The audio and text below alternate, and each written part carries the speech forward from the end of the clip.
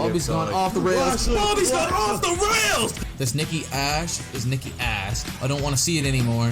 I'm Jet Nick. And I'm Kenny Arrow. And we're about to tell you some shit you didn't even know you needed to know. Ladies and gentlemen, you were listening to Do the Damn Dive. Ladies and gentlemen, welcome back to the Do the Damn Dive podcast. This is the 7th edition. We did miss out on last week, but we're going to make up for it here. This is the first AEW exclusive episode of the podcast. We're only going to be covering AEW. Potentially, we will be covering everything that happened in WWE this week tomorrow if scheduling plays out, but let's just hope for the best. I am the Booker man of Do the Damn Dive, Jet Nick. I am the bearded sparrow, Kenny Arrow. And I am the third wheel, Broken Zach. Man of 1,004 nicknames, if you've forgotten. Oh, That's right. The flightless koala. I think this week my nickname can be Mr. All Elite because that's all we're covering, baby. Yeah, that's all we're covering. So let's just get started with AEW Dynamite, March 2nd, 2022. AEW was live in Jacksonville, Florida at the Daly's Place. That is a classic venue for AEW. The show opens with Tony Khan's big announcement. Tony Schiavone and AEW CEO Tony Khan are already in the ring. Tony thanks the fans at Daly's Place for sticking with AEW since the first announcement of the company in the parking lot of the venue 3 years ago, and for continuing their support throughout the pandemic era. Khan then brings up a company that started over 17 years ago, that being Ring of Honor. The big reveal is Tony Khan is now the owner of Ring of Honor Wrestling. He bought it from Sinclair. He owns the whole works, the video library, all the show. I don't know what that means for a TV format, but what do you guys think of that news? Tony Khan just bought himself an NXT. Yeah, He did. That's Pretty ROH. much, in my opinion. And that's the report. And it's already a built name, and good on him. And he just whipped out his "I have more money than you" card and just swiped all that stuff up. Yeah, it's a big get because I don't know what that means for contracted stars who were with ROH or like the champions, I guess. Not really the contracted stars. I suppose the titles, because I know all the contracts would be terminated by now. Yeah, Well, but they would probably re-sign, I would assume, most of them. a lot of them. If asked, yeah. And we will see ROH. They have a pay-per-view coming WrestleMania weekend, if I'm not mistaken. I forget the name of it. I should I'm not researched fully that, up to date with that. Yeah, but that'll be exciting. We're definitely gonna try to review that since we got a new owner now. So maybe ROH will be something we're gonna review on the podcast if you guys are interested in that. If it's any good. Yeah, we'll see how things play out here. But listen, there's a lot of guys on AEW who doesn't have anything to do. And I think ROH, and especially if ROH hires guys like Regal and stuff, and maybe Samoa Joe behind the scenes. I don't know. I've heard Joe, he might be he's trying for a comeback in the ring, but we'll see how that plays out. But yeah, crazy news. It is. It's very exciting to see where that goes. And actually, now that you mentioned Khan he made some digs at Shane McMahon because everyone thought that Shane, ever since he got released from WWE, he'd buy out ROH. But so Tony Khan's like, there's no Shane here. Shane. He then brings up some unfinished business between ROH originals Christopher Daniels and Bryan Danielson. The two had a match north of 20 years ago, and neither man won. So we're going to settle the score once and for all here. We move on to Bryan Danielson versus Christopher Daniels. That is our opening match for this AEW Dynamite edition. The two do the Code of Honor handshake before the match. Both men start out with some technical wrestling. Bryan getting the upper hand. Daniels hits an arm drag and starts mocking Daniel Bryan's taunts, like the running taunt, the jumping jacks and all that. Christopher hits the springboard moonsault to the outside. He goes for a crossbody in the ring, but it's met by a kick from Bryan. Bryan's running the ropes. Daniels catches him for the Blue Thunder Bomb. We get a sequence of counters and pins between the two. Bryan then slaps Daniels and hits a rolling forearm for a 2 count. Closing moments of the match here. The two are battling on the top rope. Daniels goes for the Hurricane Rana, but Bryan pushes him in midair. And that looked pretty cool. Bryan then attempts a dive, but gets caught into a Uranagi. Daniels goes for the moonsault, but on his way down, gets caught in the triangle choke by Bryan Danielson, forcing him to pass out after a few elbows to the head. Bryan Danielson gets a win going into AEW Revolution this Sunday. Bryan grabs the mic after the match. He's recalling his match with Daniels 20 years ago in Ring of Honor. He says in Ring of Honor, they started matches with a handshake and they finished matches with a handshake. Then Bryan says, well, he's not in ROH. He's in AEW now, and it's time to kick somebody's head in. So he proceeds to stomp Daniels in the head a few times, then promises to stomp Jon Moxley's head in at Revolution. Moxley's music hits. He comes out through the Daily's Place crowd. They're red hot for this. Moxley says he knows the American Dragon is better than ever and more violent than ever. There are two paths he could go down. The first is getting his head stomped in by Bryan and fading away into obscurity. But Moxley says the path he will go down is through the fire, through the bullets, and through Bryan Danielson. He says this chapter in AEW will be written in blood, and he wants Bryan to take the shot right there in the ring. Bryan drops the mic, goes to punch Moxley, but he fakes him out, rolls out of the ring. These two will square off at Revolution tomorrow at the time of this recording. God damn. So creeping up. Good opener. Yeah, I like where that's headed. Very interested to see what the final result of this feud will be. Yeah, we're gonna be doing predictions a little bit after our Rampage review here, but we will get on to that later.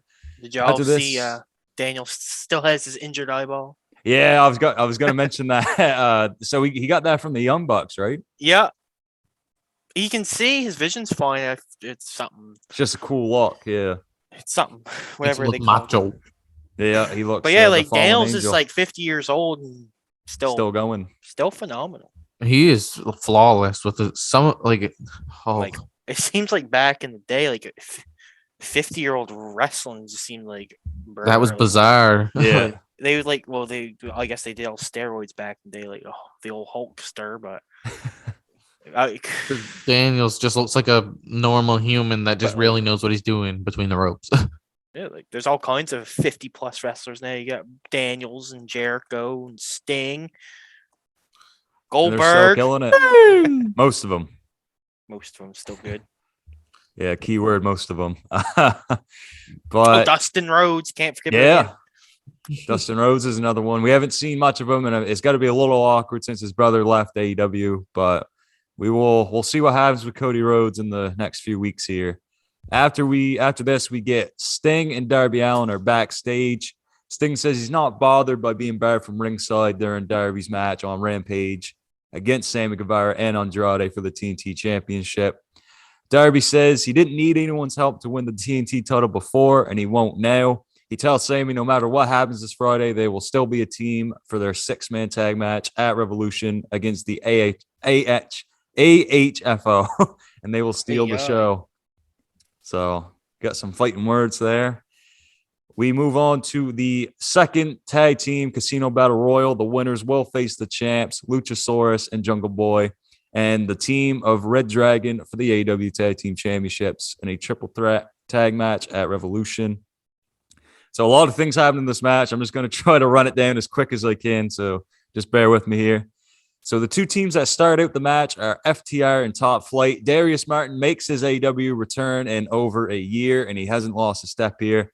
The next team that are up is the Acclaimed, Max Caster and Anthony Bowens. Caster has a great rap. He says he'll send FTR to ROH and that the two teams are less popular than Glenn Jacobs' tweets. And the Acclaim say they've been the top-ranked team for a while and have yet to receive a title shot, which is true. Seems like rankings really don't matter in the grand scheme of things because they should have got a shot by now. Yeah, agreed. They've been up there forever. If Jungle Boy and Luchasaurus retain at Revolution, maybe they'll be the next team up. But then again, we'll talk about this later. The next team up are Allen Angels and 10 of the Dark Order. The Butcher and the Blade of the AHFO come out after this. Man, they gotta get rid of that stable. I know. It's so weird, and it's just that everybody we don't got a plan for commission of people that we just put in this spot place. Basically, the best way to get TV time on Dynamite or Rampage is being in a faction. So they know that. They're aware of that. Pretty much. Alan Angels is then eliminated by FTR. Varsity Blondes are out next. Brian Pillman Jr. and Griff Garrison. Woo. Pillman is eliminated in the picture-in-picture break by Aw. FTR. Bear Country is the next team to enter. Mop Then head. Santana and Ortiz enter next out of commercial. The two eliminate Bear Bronson and Bear Boulder. Caster is then eliminated by Top Flight. After this, the best friends, Chuck Taylor and Trent Beretta, enter the match. Bowens throws Garrison out, eliminating him. Evil Uno and Stu Grayson of the Dark Order are out next. 10 eliminates the Blade with a kick. The Butcher is then eliminated by Uno and Grayson.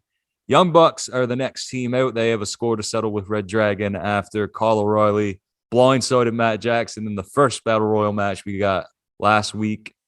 Every team storms after the Bucks and FTR during the picture-in-picture break. They all just gang up on them.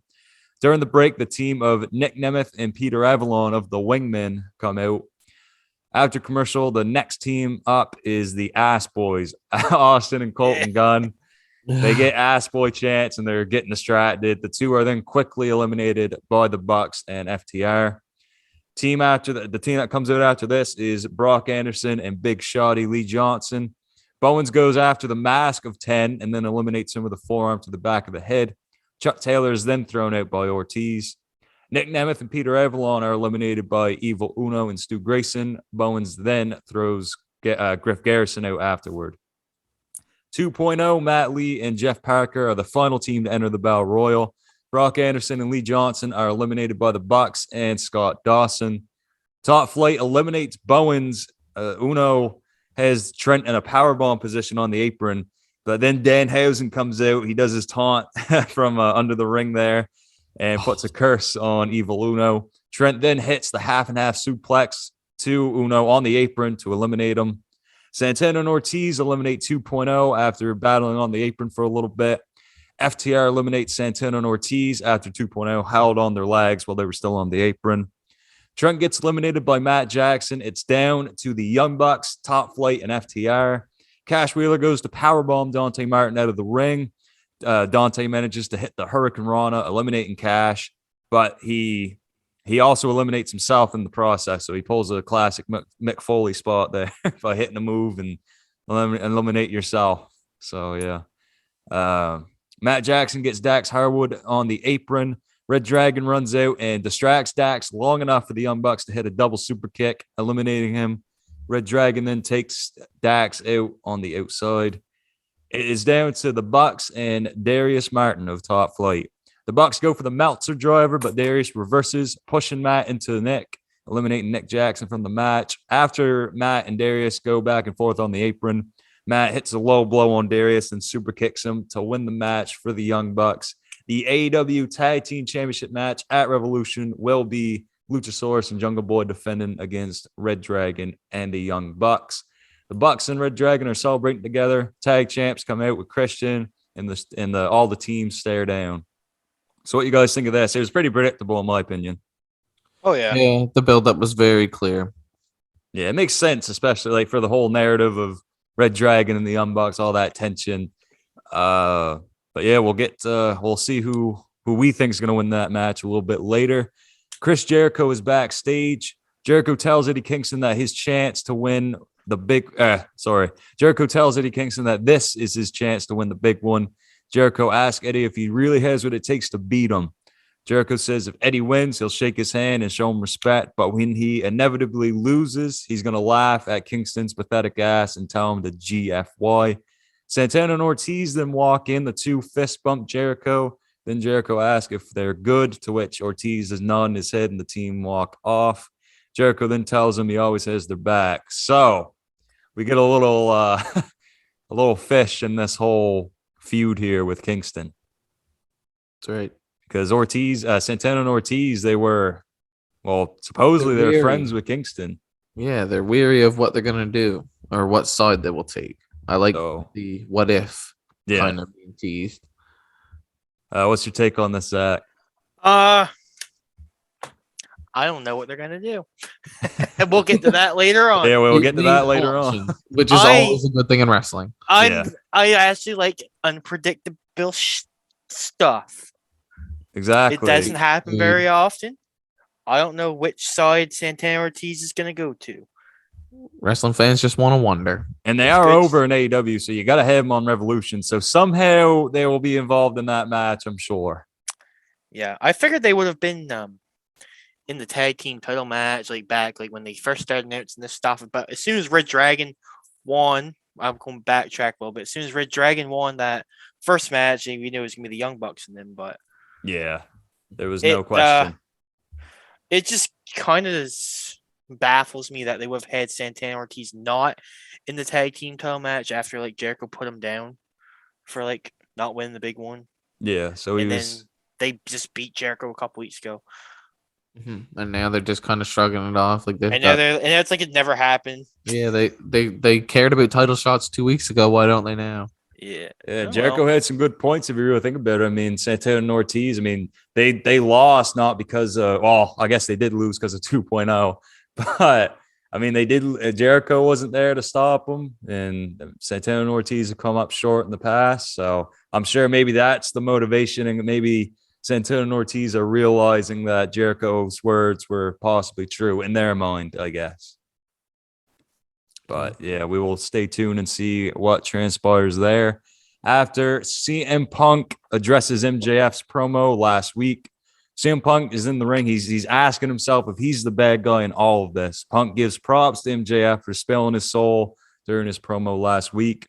Punk believes everything MJF said. However, he questions the sincerity behind it.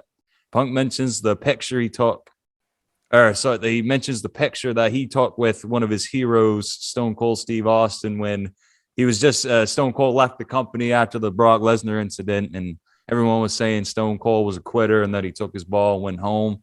So Punk is seeing some parallels here with everything that's going on with MJF. Punk states, hurt people, and MJF's actions throughout his AEW career have been inexcusable. Punk wants MJF to come out and settle it face to face. MJF walks out to no music. Punk brings up all the awful things he's done in his career in the past to guys like Jericho, The Undertaker, and Jeff Hardy. He says it's not worth it in the end. Punk says this goes beyond wrestling. He goes back to the question of if he's the bad guy in all of this, and then he's trying. He offers his hand to MJF. MJF then hugs Punk. The two embrace in the middle of the ring. Then Punk MJF kicks Punk square in the nuts. MJF hits Punk with the Heat Seeker and reveals his shirt, which is a picture of him and Punk all those years ago. Shawn Spears and Wardlow come out with a dog collar. FTR walk out to beat up AEW security, so all the members of the Pinnacle are out there. Punk gets busted open. Spears and MJF put the collar around Punk's neck, and Spears pulls it while Punk is on the outside, so he's hanging him from the ropes there. MJF grabs the mic. He calls himself a snake, and then he tells Punk that he is the devil himself. As Spears continues to haul on the chain, Darby Allin and Sammy Guevara and Sting run out for the save, sending the Pinnacle to retreat. So yeah, for final build, like promo to the match, I thought it was great, the visual and everything. Yeah, lots of blood. That was Punk giving his forehead for it. Yeah, I'm impressed they've successfully had this rivalry going on since November and it hasn't gotten stale yet. no, it really hasn't. Like This started the week after the last pay-per-view, I believe. yeah, And it's still going strong. Like It's they still could milk it to double or nothing. I could see that. Yeah, I could see them do it, but I think Revolution would be a good way to kind of close this feud out. But yeah, I'm glad. But what's next for either one of those men? The world title, man. But they both Possibly. can't do it. You want to bet? Well, they We will probably get- they're gonna have to have 6-man ladder matches for every title to make everybody used. Hey, I'm all for it. Ladder matches are my favorite. We'll have Inferno Fire ladder matches. Have sponsored those by- crazy ass Japan matches, that one where the ring's on fire. And Oh no, the classic FMW day. Oh my god. Ooh. But yeah, I mean, I think. Well, I ain't gonna say it. We'll wait till the prediction part. After this, Keith Lee interview with Tony Schiavone's asking Keith about his upcoming tune-up match, is what they said on Rampage. Ricky Starks and Powerhouse Hobbs come out or walk in and they start mocking Lee, the whole greetings and salutations thing that he does. Lee threatens Starks. Starks then warns Lee that if he shows up on Rampage, he might not make it to Revolution. Lee says he will be there.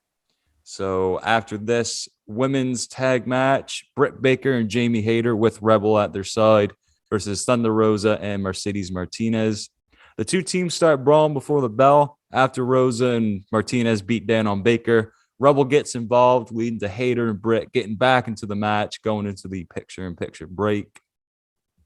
After commercial, Mercedes Martinez gets the hot tag and hits Hayter with a T-bone suplex. After Britt beats down Martinez, Rosa gets tagged in. Rosa and Britt are squaring down. Martinez hits Britt with a half-and-half suplex, then takes out Hayter.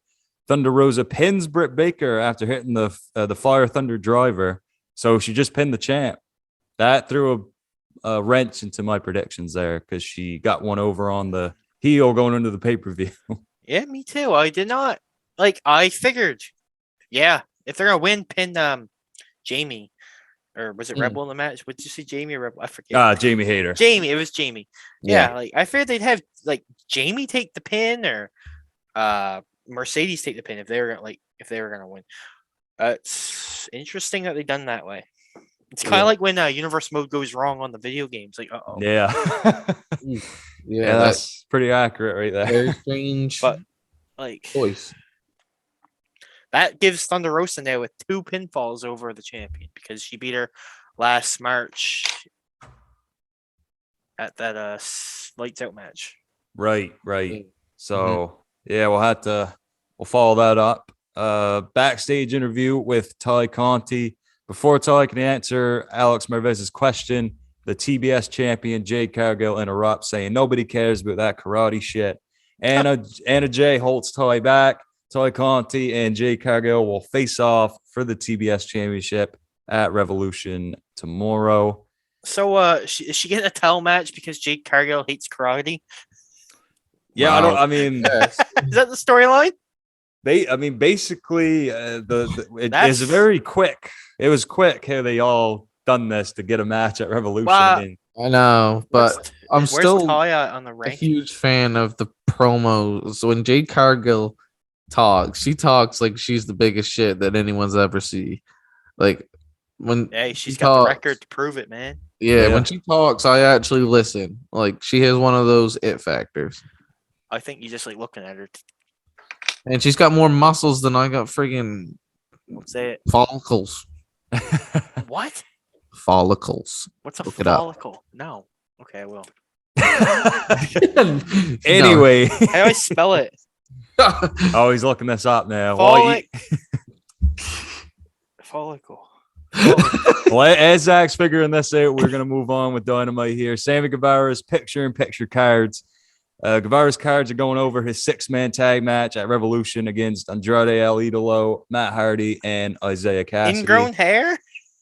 Am I on the right thing? Well, I guess it could be considered. Yeah, it's just a follicle's it's what your hair's coming out of. It's just. Yeah, I think I looked up the wrong thing because it started talking about ovaries and stuff. I'm I don't know. Albert in WWE. So you got to ask him that question. That's hairs. Or the Butcher. Yeah, the Butcher. Man. Holy. But he looks like a 1930s Liberian. Yeah, basically Sammy's cards were just going over how if anyone interferes in his TNT Championship defense on Rampage, they're going to get suspended or fined. But yeah, so just build into that match on Rampage. We then get Chris Statlander versus Layla Hirsch, a hype package here. The Layla Hirsch turned heel on Statlander, if I'm not mistaken. My memory's foggy there. But, yeah, that is right. They will face off at now. I don't know if they said this on the show. I missed it, but they are going to be on the buy-in of, which is basically the pre-show of Revolution. So this will most likely finish off this feud here. And then we get Wardlow with the accountability buddy Sean Spears versus Cesar Bononi of the Wingmen. Wardlow hits his symphony of power bombs onto Bononi, quickly squashing him. This was a nothing match. Spears goes to Bononi sandwich. Spears goes to hit Bononi with the chair, but Wardlow stops him in his tracks. The two have a stare down. Spears backs off. After this, we get a House of Black vignette. Malachi Black, Brody King, and the newest member, Buddy Murphy, who debuted on Dynamite last week. They're talking about their feud with Pac and Pentagon. So more build up to that. MJF and Sean Spears are backstage. They're talking with Wardlow, trying to calm him down. MJF walks in and he says, if Wardlow wins, he'll let him keep the title. So he's being generous in air quotes there. And then he says under his breath, it's not like you're going to win anyway. And Wardlow then tells MJF as he's walking off, if he loses, it'll be because he always has to make sure MJF is winning. Thanks. MJF then slaps Wardlow across the face. He tells Wardlow that he doesn't work for AEW, he works for him. So even more dissension there between Wardlow. And we're going to get the Wardlow face turn at Revolution. That's my prediction. You think so? I think it's happening. Yeah, it could be. I can't wait for it. I could see it. I'll explain how I think it's going to play into the match in the predictions. I like to hear your explanation because I think they'll drag it a little longer. It would be a great double or nothing moment, but I really think, they can't keep building this all because we've seen the same stuff with Wardlow and Sean Spears for weeks, and it's just, I figured Wardlow vs MJF would be the double or nothing match. Possibly, yeah, I could see. And then I could see CM Punk will challenge for the World Heavyweight title. Yeah, I could definitely my prediction. But yeah, we'll elaborate more on that. But first, let's talk about the main event. Trios tag team match, Adam Cole and Red Dragon versus the AEW World Champ, Hangman Adam Page, Alex Reynolds and John Silver of the Dark Order. Hangman will defend his title at Revolution against Adam Cole. Baby. Cole and Hangman start off with, but Cole tags in Bobby Fish immediately, so he doesn't want no part of Hangman. Red Dragon beat down Hangman in the start. Page eventually gets the tag to John Silver, leading to Silver and Reynolds double teaming on Kyle O'Reilly. Reynolds makes the tag to Hangman. Red Dragon take out all three men in the corner. Cole gets tagged in. Hangman and Cole are going back and forth. Page almost hits Cole with the buckshot lariat. This goes into commercial break. After commercial, John Silver is getting beaten down by Cole, O'Reilly, and Fish. Silver manages to tag Page in. Cole runs to the corner and tags in O'Reilly. Hangman takes out Kyle and Fish. Carl tags Cole in, and we get a face-off between him and Hangman. The two exchange blows back and forth. Then all the men enter the ring and just start taking each other out with strikes back and forth. Hangman goes for the deadlift, but Cole kicks Hangman into his own corner. Reynolds tags himself in. Cole hits Reynolds with a few super kicks, then wins the match for his team by hitting the boom. After the match, Page stops Cole from beating down Reynolds. However, Page is too outnumbered, leading to Red Dragon duct taping Page's arms to the top rope. Hangman's forced to watch as Silver is hit with the high-low by O'Reilly and Fish. Then Cole hits the Panama Sunrise onto Reynolds. Cole hits Hangman with the super kick, grabs the AEW World title, puts it on Page's shoulder to close the show. So what do you guys think of this build, the final build to Revolution? It wasn't bad. I'm excited for the match, but I'm not overly sold on that it's going to be a barn burner. Like, I know that Adam Page has been putting up performance after performance with Danielson and Archer, but I just don't think it can live up to what he's been doing lately. Really? That's my personal opinion. Damn. I think it'll be great. I don't know if it'll be match of the night. There's so many things that can steal the show. I don't see it main eventing. I personally don't either. Yeah, it could, but I hope it's not one of the things where it the match becomes less interesting from being burnt out from the rest of the show. You know what I mean? Yeah, that is a possibility. Which has happened a few times. They sometimes elevate feuds past their world title, where your world title should be your peak. Because Punk and MJF could be a possible main event. I think it will be just because of the story behind it. Yes, it makes sense that the world title should be the last match to go on the show, but I feel like just for this, this off, occurrence, I think Punk and MJF deserve the main event and match. Especially Hangman's world title defenses have been the first match on Dynamite episodes. So, Yeah, that's the worst thing about it. You know what they I mean? need to though. So if they main event a pay-per-view, that's kind of like saying like, hey, our TV show is more important than this pay-per-view, but obviously not. But yeah, the storyline of Punk and MJF has been going on the longest. It could be the main event because I know they've done like the Stadium Stampede was the main event over the world title twice now, I think. Yeah. I guess we'll see what happens. I don't think like the match order really matters, but like if Punk and MJF goes on last, that will add to it, rather than just having the world title match last. That doesn't have as much story going into it. You know what I mean? Couldn't have I said it feel like better. if the crowd's already seen the MJF and Punk match, they're not gonna have any energy left at the point where it's time for Hangman and Cole to go at it. Yeah, it's a tricky spot there, but I think both matches will be great. We will definitely be But reviewing damn, Revolution. that what you said earlier, Judd, about the Wardlow turn ending the pay-per-view would That I be think something. that's my prediction, but Look we at will. you. You're so good. I don't know about that, but before we get to the prediction, which is going to be our favorite part, we're going to be reviewing AEW Dynamite, AEW Rampage very shortly. Stay tuned for that. AEW Rampage. It was at live this time around. It's usually pre-tape, but since it's Revolution weekend, everyone's in Orlando right now. They were at the Edition Financial Arena.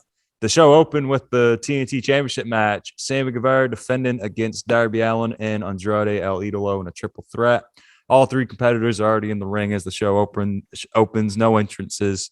Darby and Sammy team up on Andrade in the start, but it's short-lived as the two roll each other up a bunch of times. Sammy goes to hit Darby with the top rope suplex, but Andrade comes from underneath, leading to this awesome spot. It was a powerbomb suplex combination, and Andrade held it there for a while. That was very impressive there.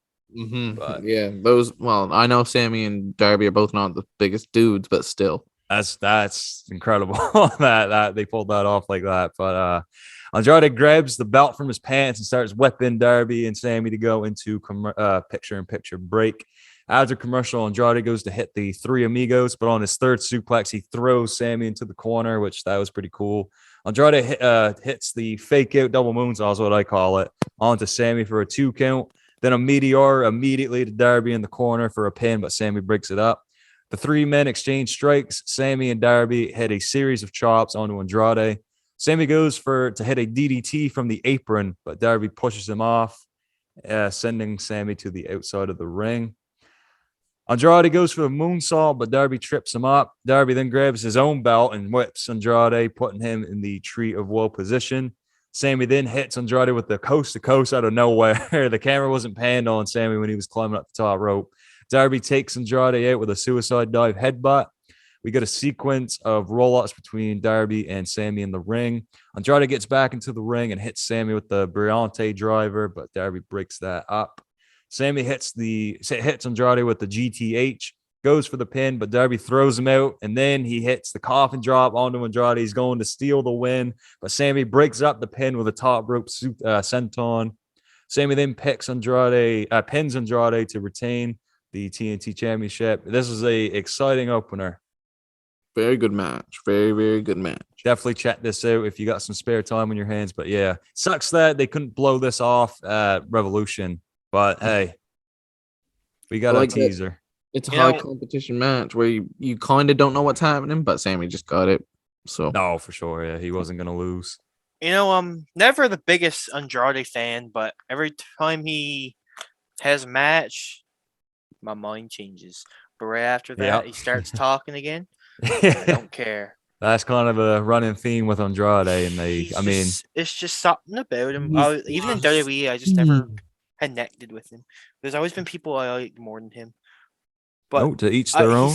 But he's had so many good matches, like his matches with if he could only cut his own promo. Matches with Johnny and Ray on SmackDown at that time, like he's good. I'm like shit. He's good. I get it now. Escobar. I mean, he could probably cut a hell of a promo in Spanish, but unfortunately, that can't translate to the Western audience, I guess you would say. They gotta give him Chavo back, I guess. Yeah, let's hope Chavo comes back soon. And Matt Hardy is his mouthpiece, ain't it? Yeah, pretty much. And Hardy's good too, but I mean, Hardy's also a wrestler. Like Chavo is there to be the manager. But yeah, Not saying Chavo's not a wrestler, but you know what I mean. Like his role is different than Matt Hardy. I don't know. I don't know how to really explain it. I like Andrade, but I don't like Andrade. Well, perfectly reasonable opinion there.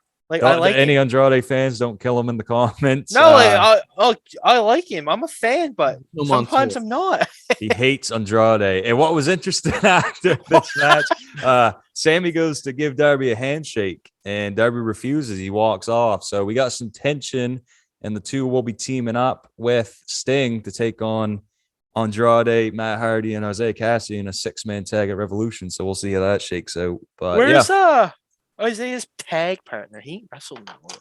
I don't know what happened to Mark Quinn. I don't know if he's injured or just. I mean, it's a 6-man tag, so they can't be a 3-on-4. So yeah, I think maybe that's what it came down to. But after this, we get Pac, Penta Oscuro. I don't know if I'm butchering that, and his manager Alex Abrahantes. Abrahantes mentions how the House of Black lost to Pac and Penta a week and a half ago. He then says, although they're down one Lucha brother, that being Rey Fenix, there is a third man to the Death Triangle. The House of Black then appear on the Titantron. The three say they're going to sacrifice Alex. They think he's the third man. The lights go out, and they appear behind the team in the ring. Alex says, no, he's not the third man, and he introduces their monster. Eric Redbeard, formerly Eric Rowan in WWE, debuts. He comes out. This leads to the security team trying to break him up, but he eventually takes out Buddy Matthews, Malachi Black, and Brody King. He then takes out all the members of the security team, and then Penta snaps the arm of one of the security guards. But after this, Pac, Penta, and Eric Redbeard will face the House of Black in the buy-in for AEW Revolution this Saturday. So the last time we saw Eric Redbeard in AEW was, of course, the Brody Lee tribute show. And so, yeah, what do you guys think of that debut? Last I see him. Why? He doesn't have any history with anyone in that match. Yeah, he was He just doesn't. He doesn't fit into Death Triangle at all. no. Like he should be finding his spider somewhere different. I mean, he did get a pop, but you know, it was a weird debut for. It's very, very weird. Like he could be with Bryan Danielson again or something, but they could be like where'd they haul him out of to join the Death Triangle?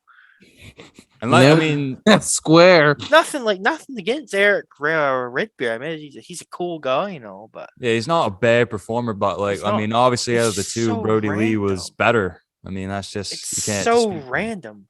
Yeah. Like if I ever thought Eric Rowan would be in AEW, it'd be something to do with Dark Order or something, you know. Yeah, maybe that's what we're gonna be getting to. Like after this could just be a one and done thing, just to get Redbeard like on the show. And is he like from Florida or something? Like I don't know. Well, he did wrestle in Florida for a while, but wasn't with AEW. That's right. But yeah, Eric Redbeard is most likely all elite. After this, Dan Lambert is backstage with Scorpio Sky. Dan congratulates Sammy for retaining the title, then confirms Sammy will defend his TNT title against Scorpio Sky next week on Dynamite. So we got that to look forward to. He also says he'll bring Paige Van Zandt to AEW Revolution so she can sign her official AEW contract. So Paige Van Zandt will be at AEW Revolution to sign a contract. It's weird because I don't know what is going to transpire there because Brandy Rhodes, who she was feuding with, is gone. So they were going to sign her anyways, but yeah, like it's another why. Yeah, that was probably a plan for the Revolution that kind of got, and they didn't want to take her off the show. And obviously it is somewhat big news to see her sign with AEW, and it's another, you know, badass woman, I guess, in the women's division. But yeah, something got cut there, but probably there's probably more plans with Brandy Rose, but just never saw the light of day. Hey, if she's good, cool, go for it. But if she's greener than grass, no. She's gonna be ass. Yeah. If you're greener than grass, you're gonna be ass. But yeah, we'll see. I see her pictures of her on Twitter all the time, so they must see something in her. Yeah, we'll have to see if things shake out there. After we get limitless Keith Lee, bask in his glory, versus JD Drake of the Wingmen. Starks is always on Rampage commentary, but he was talking trash about Lee throughout the match. JD Drake starts by chopping Lee, but Lee kind of no sells it, brushes it off. Lee then hits the pounce on Drake to go into commercial break. During commercial, I believe, or no, sorry, after commercial, Drake gets some shots in. He hits a cannonball to Lee in the corner, then a moonsault, but Lee powers out at one. Drake goes to dive at Lee from the middle rope, but gets caught in midair. Lee powers him up and hits the jackhammer for the win. Lee is now 2-0 in AEW in his record. The rest of the Wingmen, Ryan Nemeth, Peter Avalon, and Cesar Bononi come out, but Lee easily fights all of them off. Lee throws Peter Avalon to the outside, and he lands on the rest of the Wingmen. Ricky Starks, Powerhouse Hobbs, they start walking down to the ring. They're going to attack, most likely attack Lee, but they start having second thoughts. Then Orange Cassidy's music hits. He and Ricky have a stare down to close out that segment. So, yeah, I mean, I'm actually surprised they let Drake get more offense in on Lee but, you know, they had to fill some time, I guess. Yeah, that was very surprising match. Competitor choice for Keith Lee. It's not like Lee looked bad because he did squash him, like, in the grand scheme of things. But, yeah, these commercial breaks, just how everything's timed out in these matches on AEW television, it's weird.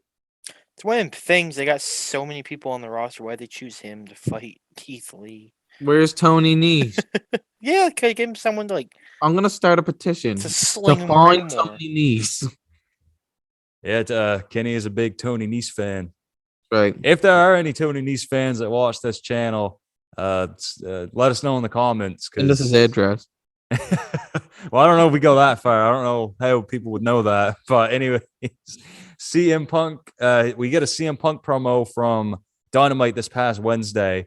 Punk is in the medical room. He's all bloodied up after the beatdown by MJF and the rest of the Pinnacle. CM Punk says on March 6th, MJF will find out that Punk is the master and that Punk knows exactly who the F he is. Punk promises to beat MJF so bad that his own mother won't recognize him. Punk will become a monster to fight the monsters of the world. He then closes it by saying, I'm CM Punk and I'm better than you. So definitely looking forward to this. Tony Schiavone interviews TBS champion Jay Cargill backstage.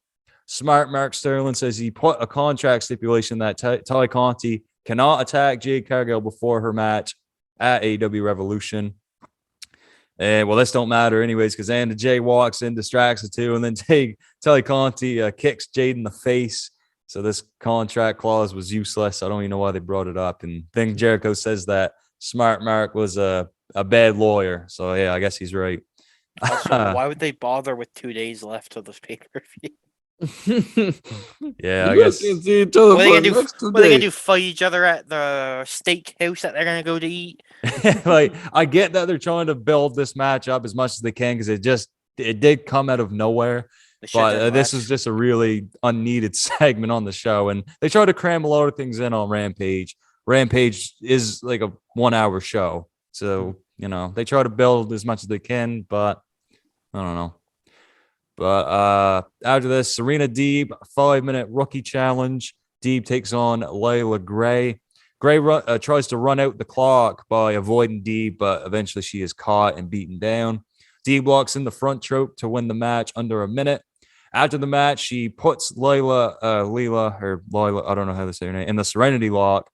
Hikaru Shida returns. Her music hits, and she runs down to beat up Serena Deeb with a kendo stick. This forces Deeb to retreat. So former AEW Women's World Champ is back.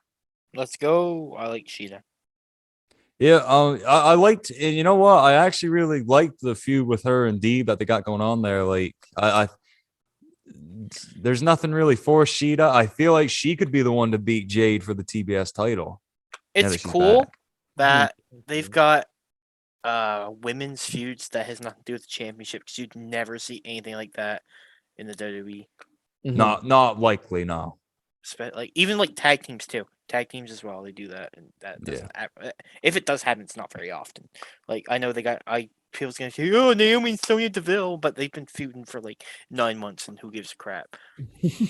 Yeah, so it was never explained why they actually started to hate each other. No, like I'm all for Booker or something. I don't know. Yeah, like I'm all for women's like feuds, but in WWE we see them not booked very well. I mean, that really all their feuds aren't booked incredibly well.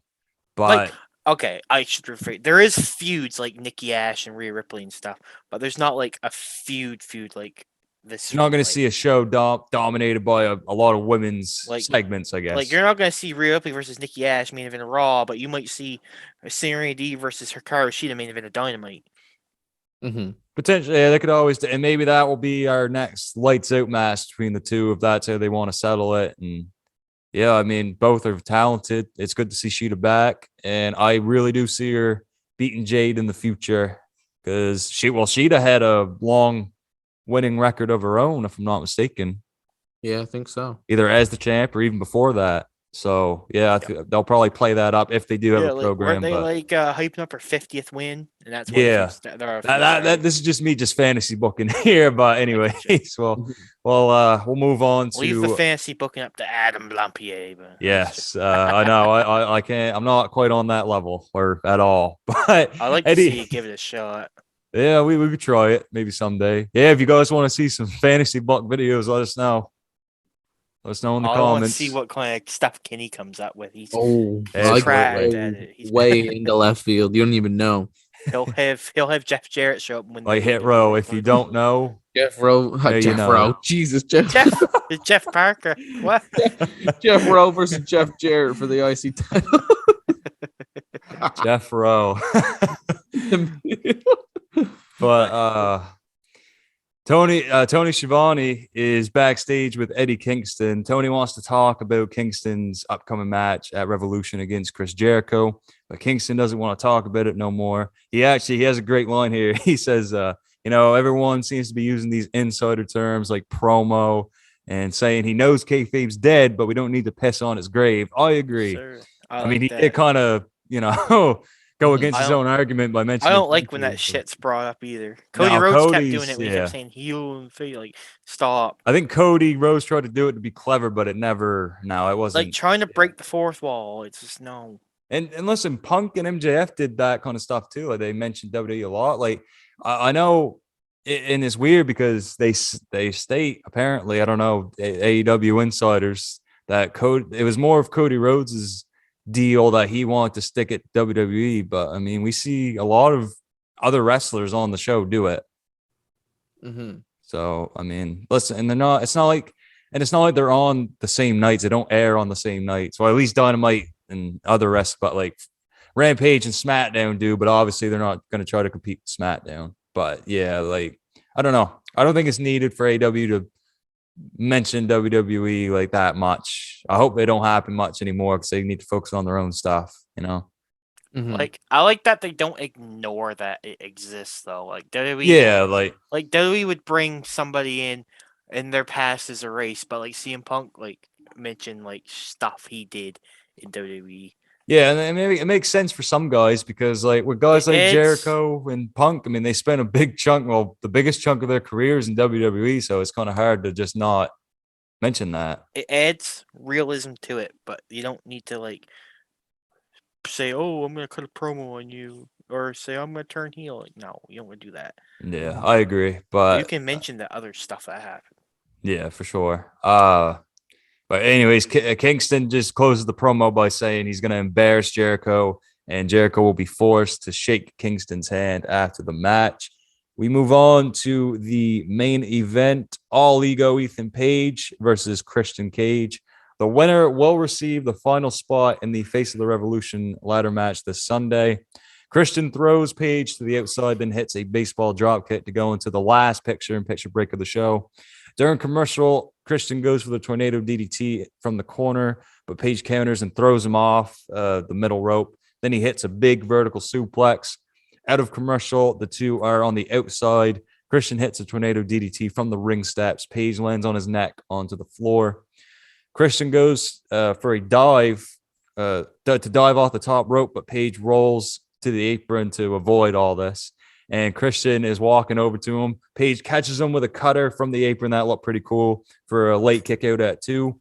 Christian counters the Ego's Edge, then hits a spear. Page barely manages to kick out of this. Match comes to an end when Page attempts another Ego's Edge, but Christian reverses hits the kill switch and wins, earning the final spot in the Face of the Revolution ladder match.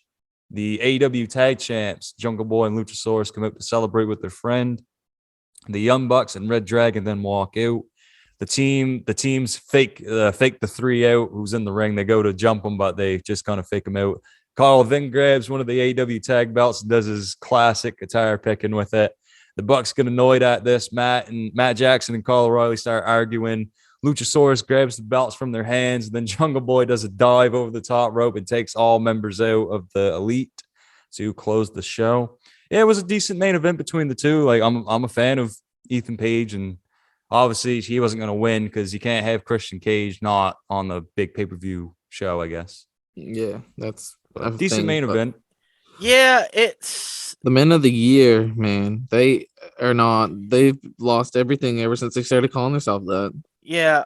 Tag wise, yeah.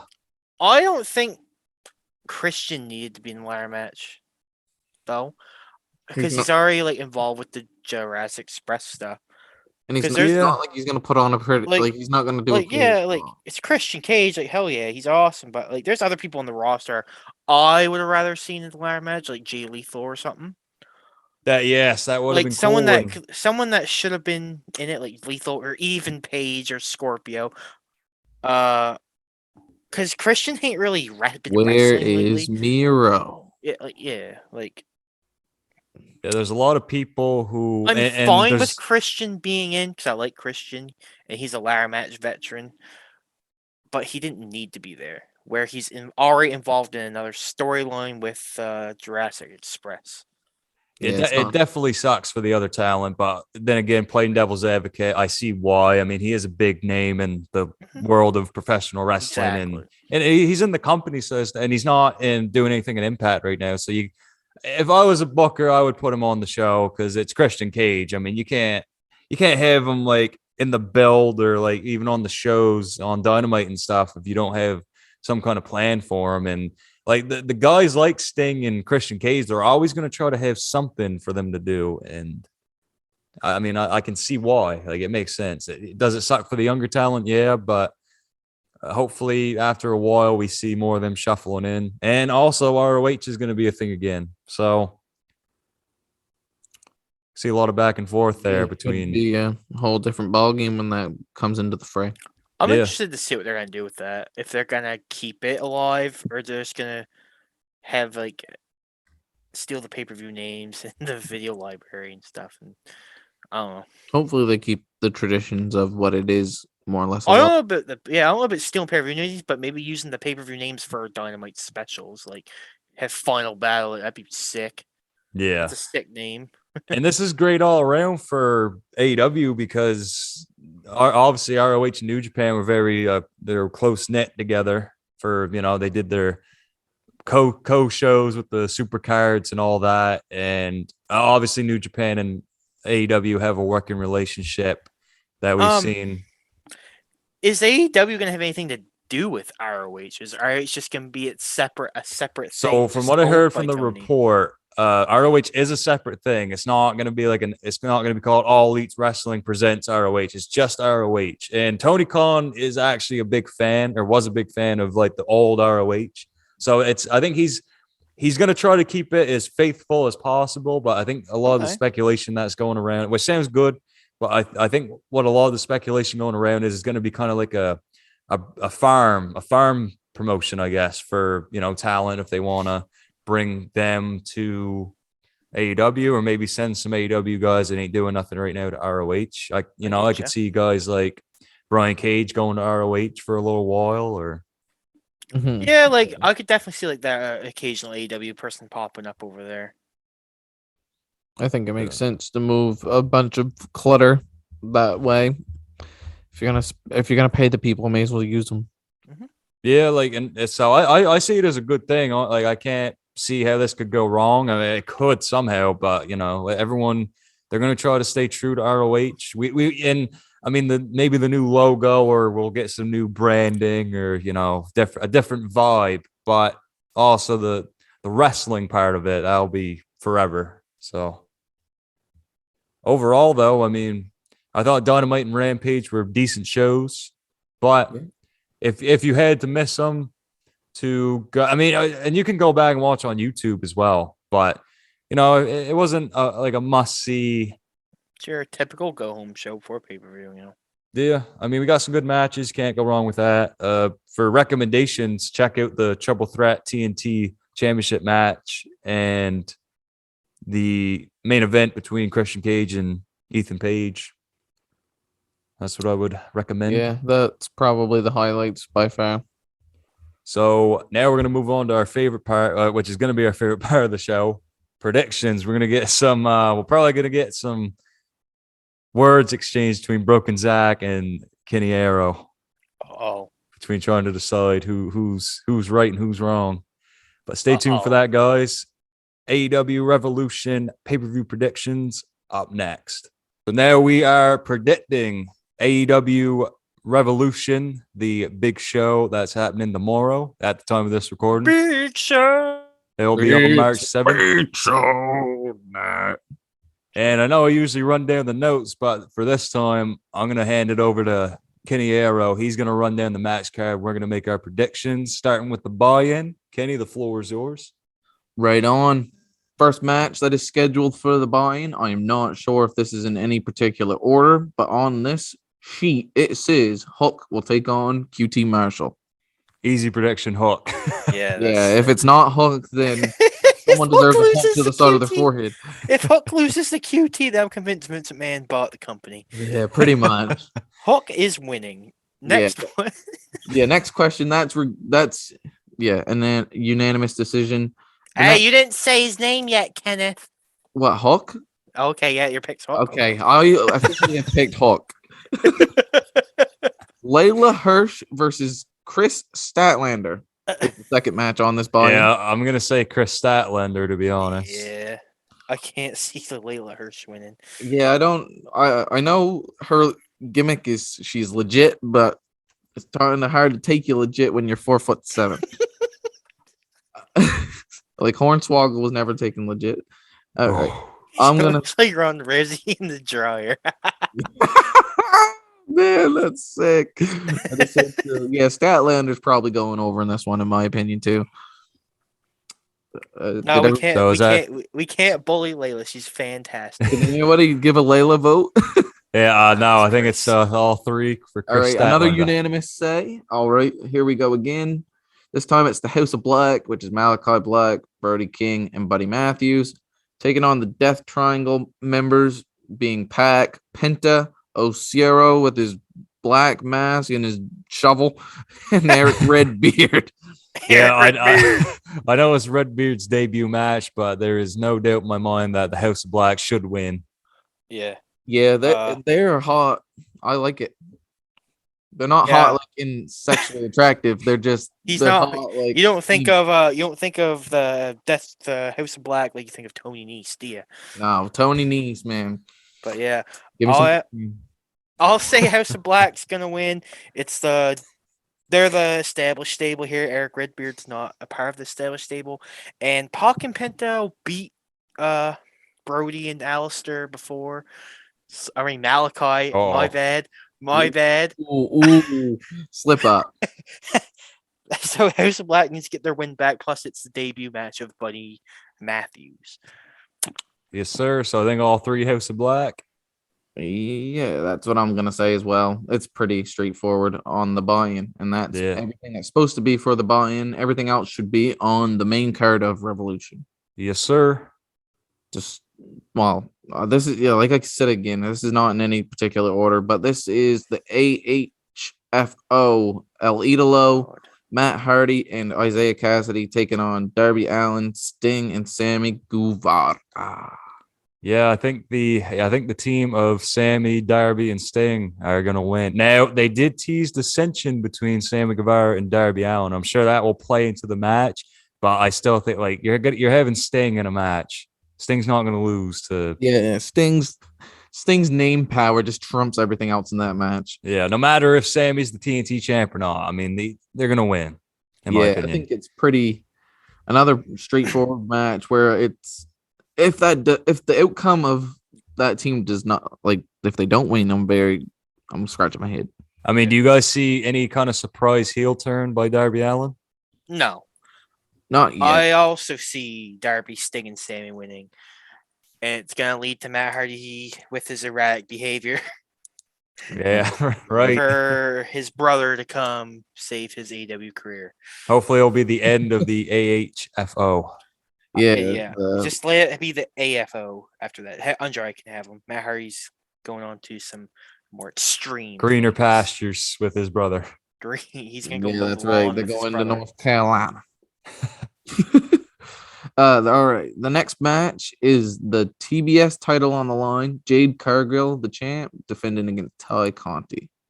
I'm gonna go with Jade Cargill. Yeah, I don't see her losing that title at least for until 50. Yeah, I don't think Ty's the baby face that's gonna you know I am beat a the fan streak. of Conti though. I can see her draw power. Yeah. She's a good baby face and all, but I don't think she's the one to take the title off Jade, especially just yet. Jade's going to be undefeated for the time being. If this was the match for like the number 50, like the 50th, I could see it maybe being potential for a loss, but just not at this point. If Jade loses to anybody, I think it'll be to Britt Baker. Oh, Brett Baker. I mentioned it earlier about the whole fantasy booking thing earlier in the show. I think it could be Hikaru Shida defeating Jade Cargill at some point because to me, I think either one of those like the women's titles in the company need a face champion.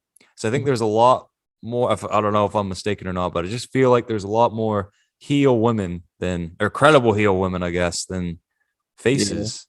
It seems like they're stacking the heel women for some reason and not having any faces.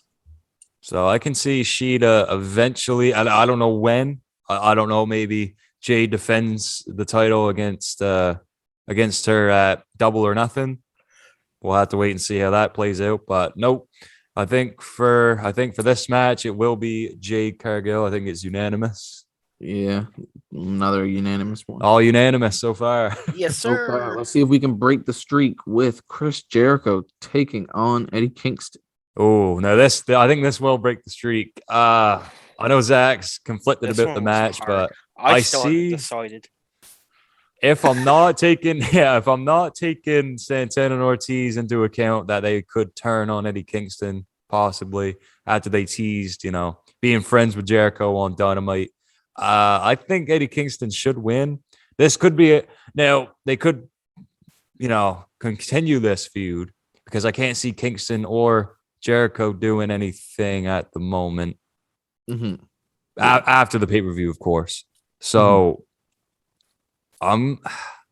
this is a tough one. I want to say Jericho just because of the Santana and Ortiz factor, but I'm gonna go with my gut here. I think they've been building up this whole Eddie Kingston has yet to win the big one. I think for a feel-good moment, this will be Eddie Kingston winning. What you thinking, Zach? Well, I flipped the coin earlier. Oh. Yeah, I sent Justin a whole video about it in case I wasn't able to be here, but I was. I flipped it. It landed on Jericho winning. I think I'm gonna stick with that. Okay. Eddie Kingston. I think the time Eddie Kingston wins the big one, it will be when he wins the championship. That would make sense. Yeah, that's when Eddie Kingston will get his pay-per-view win because he has not won on pay-per-view yet, I believe. Yeah. Has he? No, he hasn't. I don't think so. I know he lost to Moxley that time. He lost to Miro and Punk.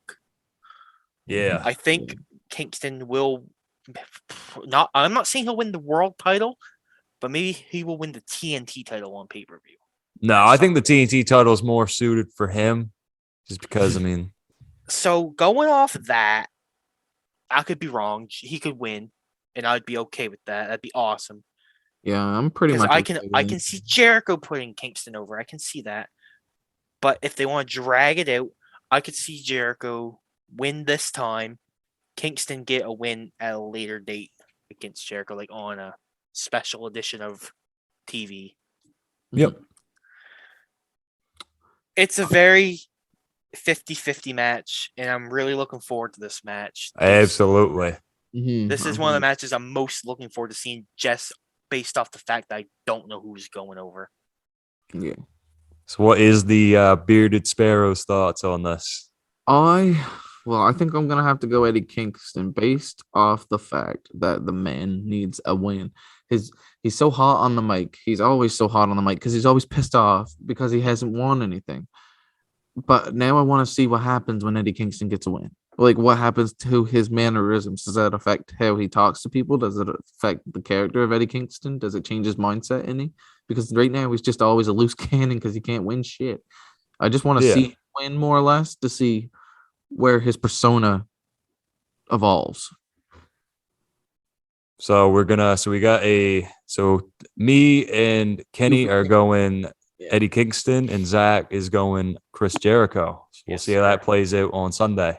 Right on. Next, we got Jon Moxley taking on Bryan Danielson. This was another hard one. That's a tough one, but I mean, there's gonna be blood, obviously. Well, they've been talking about bleeding every week.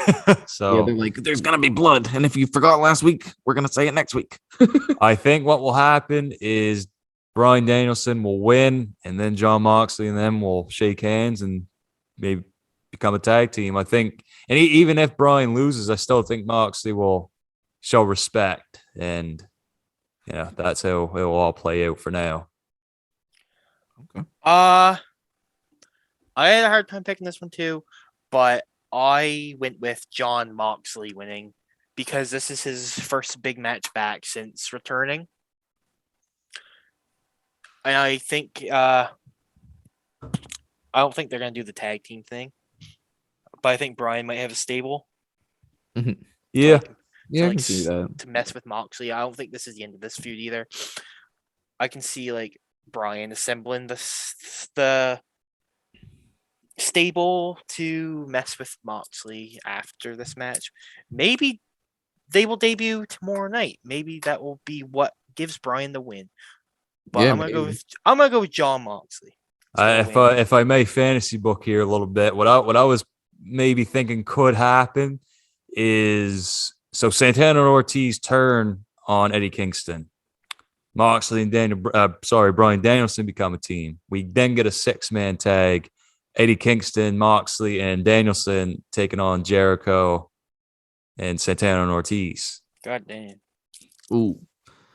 It's just my only question with that is, can Eddie Kingston, that can happen for sure, but then I would have to see more or less animosity between Eddie Kingston and Bryan Danielson over the AEW tournament, like the championship tournament.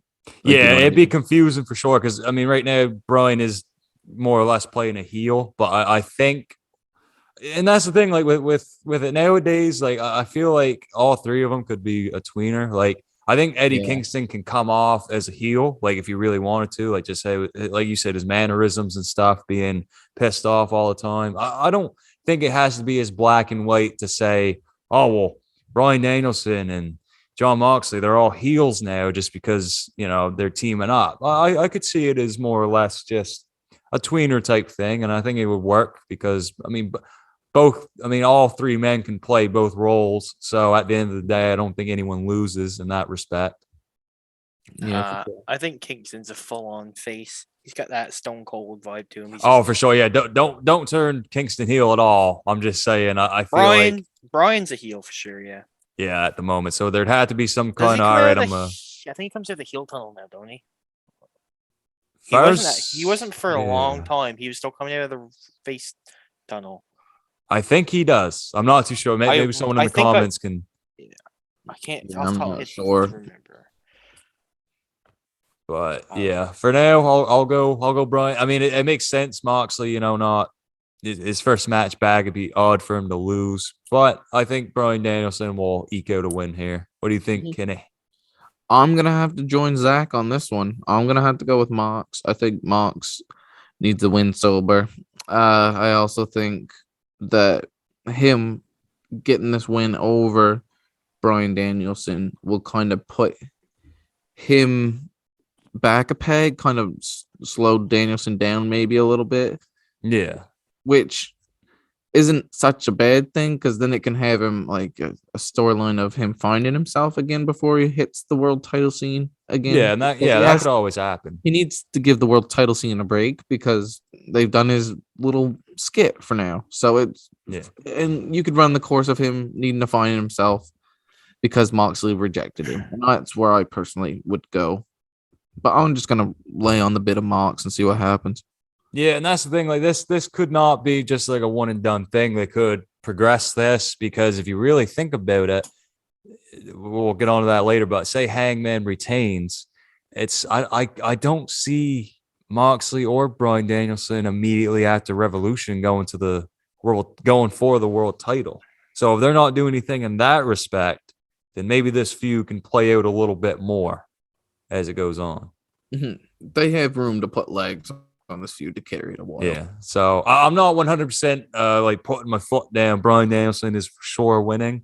I see your guys' point of view. I just think him being the wrestler's wrestler, he's got this big streak and all this stuff. Like, well, not streak, but he's got a big win-loss record, more towards the wins than anything. So yeah, that's why I say Bryan Danielson, but we'll have to see how things shake out. So just to recap everything, I'm going to go for Bryan Danielson, and Broken Zach and Kenny Arrow are going for Jon Moxley. Yes, sir. Correct. We are ready for the next match. Yes, sir. It is the triple threat tag match between Jurassic Express, the Young Bucks, and Red Dragon. This is another. See, a lot of these matches for me are unpredictable. As much as I would think that they'd want to keep the titles on the faces, Red Dragon's been kind of going on a tear as of late. So I'm more or less leaning towards Red Dragon. Then we'll get the AEW tag team feud between Young Bucks and Red Dragon officially. But also you could say that they'll both cost each other the match. The both teams will cost each other the win. So Jungle Boy and Luchasaurus can go defend against other heel teams, and then Red Dragon and Young Bucks do their own thing, which I could see that too. So there's a lot of angles here. There's not a whole lot of face teams if you think of it. Like, I know it could be heel on heel if Red Dragon win and then they defend against the Young Bucks eventually for Double or Nothing. But if one of them win, I don't see any like big face teams immediately going for them. Unless maybe Santana and Ortiz don't turn heel. It's so, I don't know. See, I get my mind wrapped around all this. Mm-hmm. There's so many possibilities. Yeah, there's so many. I'm just trying to figure out every angle here. But if I'm thinking of a big marquee match for Double or Nothing for those tag titles, and obviously we're still a few months away, so things could play out different. But probably gonna be wrong on this, but I'm gonna go Red Dragon. This was like a very easy one for me to predict. I went with Jurassic Express right off. Just like you said, I think the Bucks and Red Dragon are going to screw each other, leading to the ultimate match at Double or Nothing. Here's a spoiler for me. We're going to have Cole, O'Reilly, and Fish versus Kenny, Matt, Nick at Double or Nothing. Oh. Ooh. And possibly the introduction of trios titles.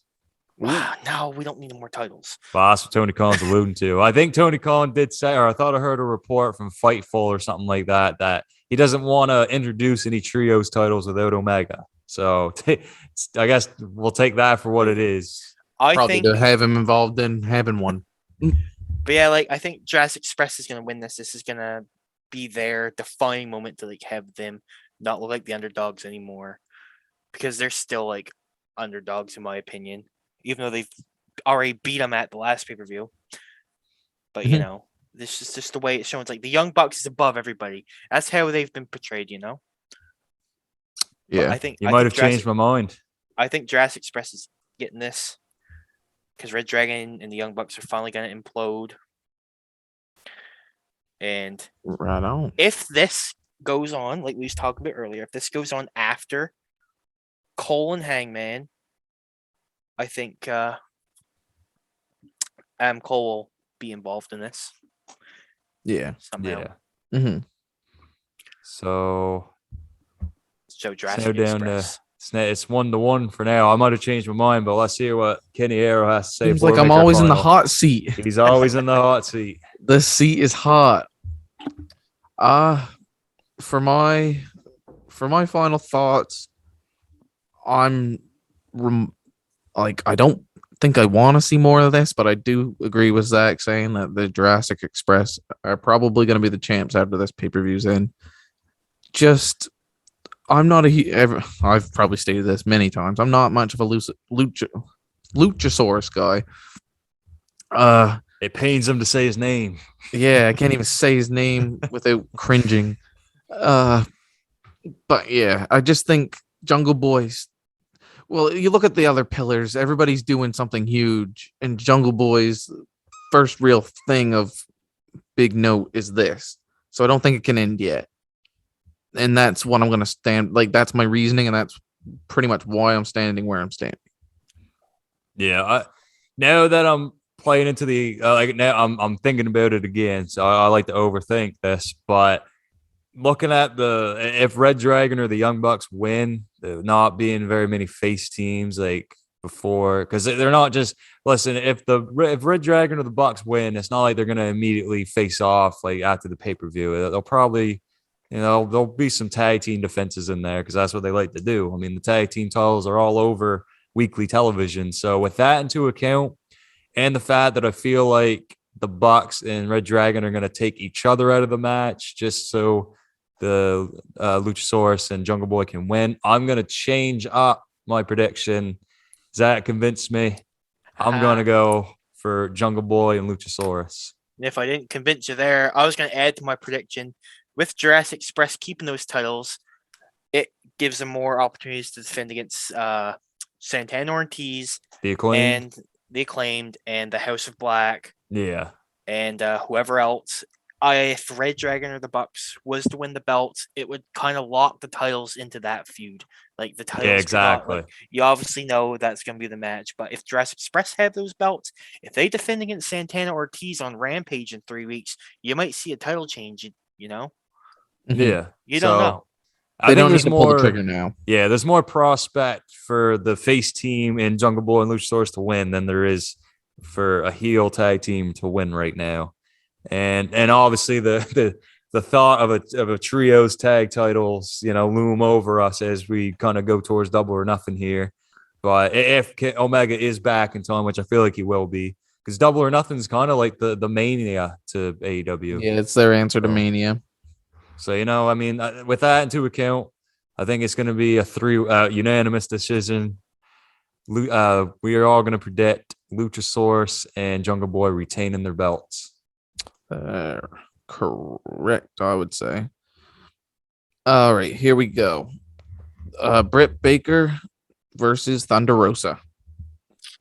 After what happened on Dynamite this week, I was going to say, before that, I was going to say Thunder Rosa. However, now I'm more leaning towards Britt Baker because, here's the issue I'm running into. If I'm fantasy booking again, which I like to do, maybe after Thunder Rosa loses, we get a program with Mercedes Martinez and Britt Baker for a little while, but then they revisit Thunder Rosa and Britt Baker for Double or Nothing. Because Double or Nothing, it's not really that far away. It's in May, if I'm not mistaken, right? Yeah. Yeah, and that's just a little over 2 months.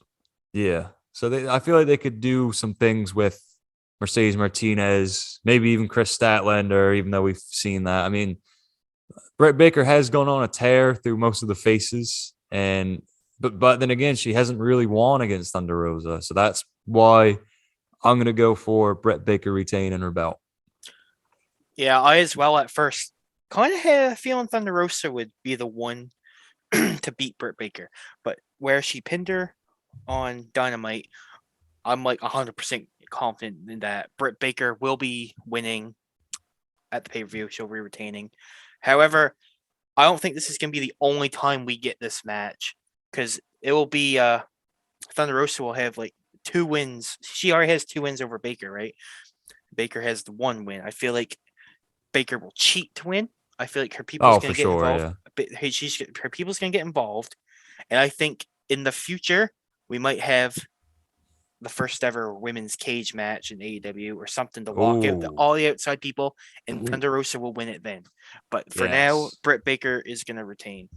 That's some good booking right there. Kenny Arrow's in the hot seat now. What do you I think? I'm gonna go Oppo. I'm gonna say it's Thunder Rosa taking the title. And my little because is more or less I'm going with the thought that AEW is going to follow up with the storyline of something there. Thunder Rosa seems to always have the number of Britt Baker, and then maybe her team behind her, that Jamie Hayter kind of tension could maybe boil over. Jamie, you've cost me too much, and you're always screwing up when you're supposed to be helping me. Like, get out of my goddamn way.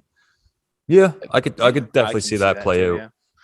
Because that's the thing. Like, even if Thunder Rosa wins the title, it's not like if she wins now they can't do a rematch with her and Britt Baker. Mm-hmm. It'd be odd to hype up another match if Baker would not really. I mean, you can't just. They don't really do transitional champions in AEW as far as we've seen. Like Done it yet? No, except the TNT title, like a little bit. They've been having Yeah, short kinda. reigns, but I wouldn't call them transitional TNT title reigns. They're short reigns. I think that was more or less Cody Rhodes unexplainably winning when he really didn't need to. I was just like, oh, He was like, I would like some gold. So Yeah. But so it's not unanimous. Me and Zach are gonna go for Britt Baker, and Kenny Arrow is gonna go with Thunder Rosa. right on. We are headed to the dog collar match between MJF and CM Punk. Hot damn.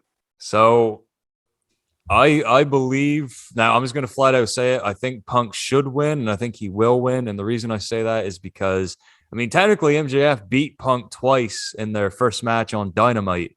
So with all that, I forgot about that.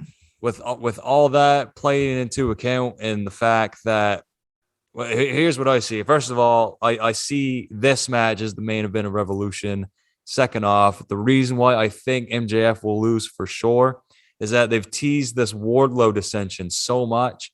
And if they keep it going for Double or Nothing, it's just going to fizzle out, I feel like, if they keep doing it. Because we've seen... I pull the trigger now when it's hot, Exactly. Yeah. And the crowd's ready for it. So with all that and another feel-good moment for Revolution...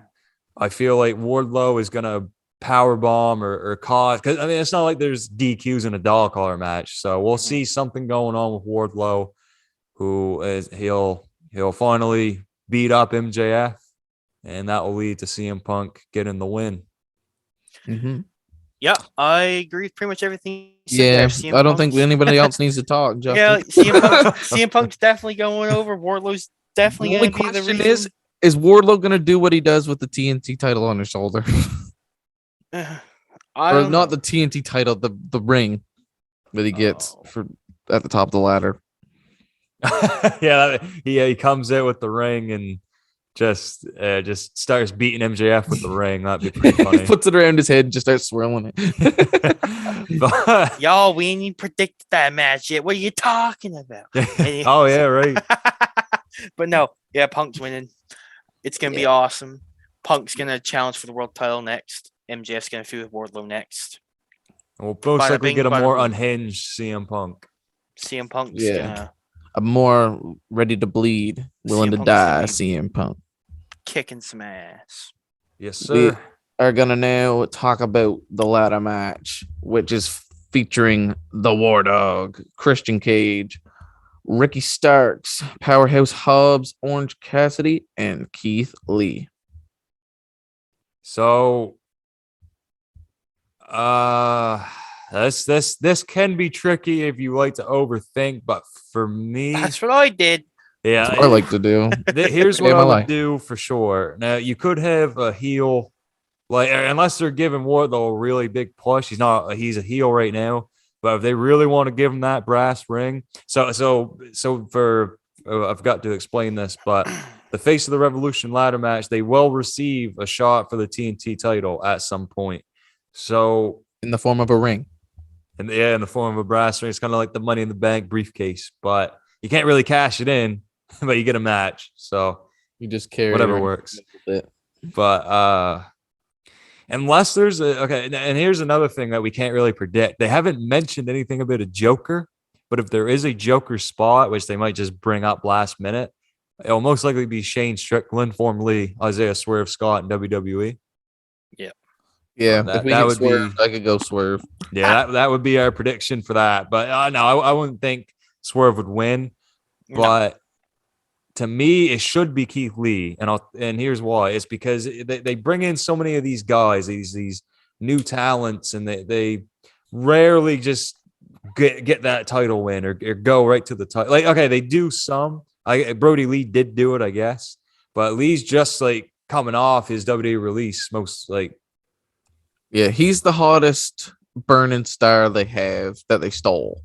And it's like if Lee loses, we don't want to see him fight like Jay Lethal, for example. We don't want to see him fight Ricky Starks. Next thing you know, he'll be wearing the carrying cross straps again. like when the FTW title. Like I think it should be Lee winning. So I'm more or less going for who I want to win in this one. I'm gonna go for Keith Lee because I think he needs that instant push to the TNT title. Right on. What are you gonna say? So when I originally had it, I'm conflicted between Wardlow and Keith Lee. I did go with Keith Lee, and here's why. I think Sean Spears is going to accidentally cost Wardlow. Yeah, he's going to screw it up somehow. Sean Spears is going to screw it up, and Wardlow will lose, and that will have Keith Lee is going to win because he's Keith Lee, and he's awesome. yeah, he should. I know Wardlow's like one of the most over people right now, but he's gonna be in the program with MJF instead of the TNT title, which is big enough. I mean, that means more than any kind of title, and it would fit the narrative too. Is like that is the final straw that broke the camel's back there with Sean Spears costing Wardlow a chance for getting a TNT title match, and that would be why he turns on MJF later in the night, because I'm assuming this ladder match it should go on before the dog collar match. I would hope. Oh yeah, this might be the opener. Yeah, So, yeah, most likely. We'll see something going on there, and that could be the final straw. And Wardlow just snaps and turns on MJF. Yeah, old Keithers is winning. Let's hope. Yep, that's what. And now in the hot seat, ladies and gentlemen, Kenny Arrow. I'm gonna go. I just because I heard what you guys like. I was going into this thinking Keith Lee, but I'm just gonna give an alternative, more or less. It's not even my real prediction. It's just an out there thought of Ricky Starks winning this thing. And bear with me. I'd be cool with it. He takes advantage of Hobbs doing the damage, does the sneaky little rat heel stuff, unhooks the ring, wins the thing, then creates animosity within what's left of Team Taz. Then you start kind of going down that route a little bit. Maybe that's why he doesn't win his TNT title match. And then him and Hobbs are blood feuding. Yeah, I could definitely see, because with this, I mean, with the Scorpio Sky Sammy Guevara match for the TNT title that's taking place, the Dynamite after this show, I don't see Scorpio Sky winning, but I know, and it's such a shame. Yeah, if Keith Lee wins the brass ring, it would make more sense for him to face a heel like Scorpio Sky than a face like Sammy Guevara. Like if Sammy Guevara is the TNT champion after whoever wins, I mean, it would make sense for a guy like Ricky Starks to. And I'd be all for it. Like if Keith Lee doesn't win, I'm not going to be devastated because obviously they got plans for Lee, so he'll be all right. But I just really think they should just give him that monster run through everybody. Yeah, it makes sense. They haven't really they were starting to do it with Miro, and then they kind of, where is he?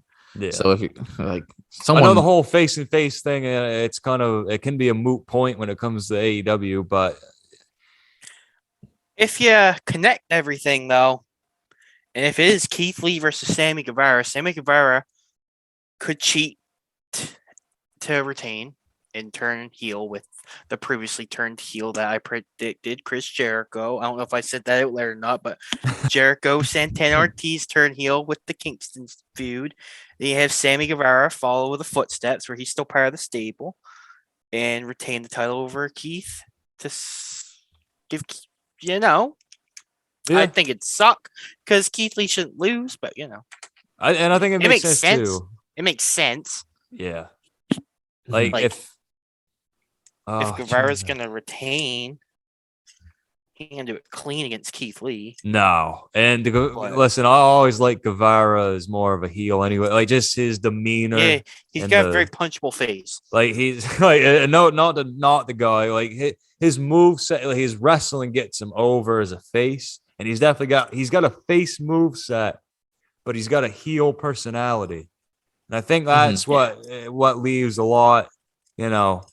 It's different because back then you didn't. Well, you would have it in certain instances, but back then, like if they were a heel, you weren't really gonna pop for a huge chunk of their moves. In some respects, deliberate. Yeah, they would call it. Like MJF, for example. Like I think his wrestling style, like he like his moves can get some big pops depending on what he does. But like I'm not going into an MJF match just thinking about technical work rate like AEW mainly focuses on, but like I'm thinking of the character of MJF and the things he does, like the way he wrestles. It's so unique to a lot of the heels in the company because you'll see a lot of heels like wrestle babyface kind of style. So it can leave a lot of translation issues as to like, okay, like Sammy Guevara he did turn face after the whole MJF joining the Inner Circle thing and all that played it, or the whole Inner Circle Young Bucks or the Elite thing, feud program, whatever you want to call it. But yeah, I don't know. I always thought Sam Guevara would be better as a heel, but that's just me. Yeah, I could see it. He's just that kind of guy. But that's obviously long term. That's fantasy booking we're doing here. But hey, that's the best thing about predictions. There's a lot of angles to look at it. So yeah, that's right. Giving you all of our thoughts that we can kind of conjure up in our mind. And another way they can go about it is if Keith Lee does win the belt, well, he's got to win the ladder match first, but if he does win the belt, you know how Sammy Guevara's been like treating that TNT title, how that's like been like his shit. Like he'll do whatever it takes to get it back, Yeah. So then that could be the heel turn if you don't do it during the first title match. Because, if the Inner Circle turns heel, loco. Sammy's obviously not just going to leave him because they got their shit together like he wanted them to do. Yeah. Like, I think imagine Keith Lee versus Chris Jericho at some point. That'd be crazy. I think the best way I would go about this is, instead of you can do face versus face. That's fine. I'm not saying that's a bad thing. I'm just saying a lot of like it's heel heavy in AEW. So if I'm having, Keith Lee, either way you win, because if Keith Lee remains a face, if he wins the TNT title, then he's still got a bulk of heels to go up against. Yeah.